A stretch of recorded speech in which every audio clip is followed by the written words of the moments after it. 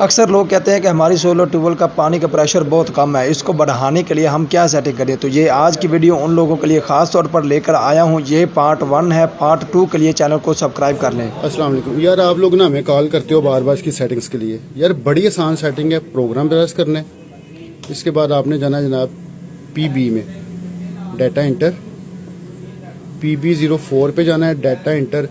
अगर आपकी पैनल है ना 10, जितने पैनल कम होंगे आपने इसको उतना कम रखना है, ठीक है। अगर आपके पैनल 10 पैनल लगा दिए हैं, आपने 9 लगाए हुए हैं, 11 लगाए हुए हैं, आपने इसको 70, 80 जिस तरह आप पैनल बढ़ाते जाएंगे ना, आपने इसको बढ़ाते जाना है। अगर आप इसको 16 पैनल लगा रहे हैं 110 कर दें, 110 करके 5 नंबर को आप 50 कर दें, बहुत ईजी है, ठीक है।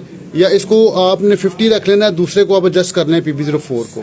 बिल्कुल यही सेटिंग मेरी 3 इंच डिलीवरी सोलर ट्यूबवेल पर की हुई है। माशाल्लाह पानी का प्रेशर देख लें।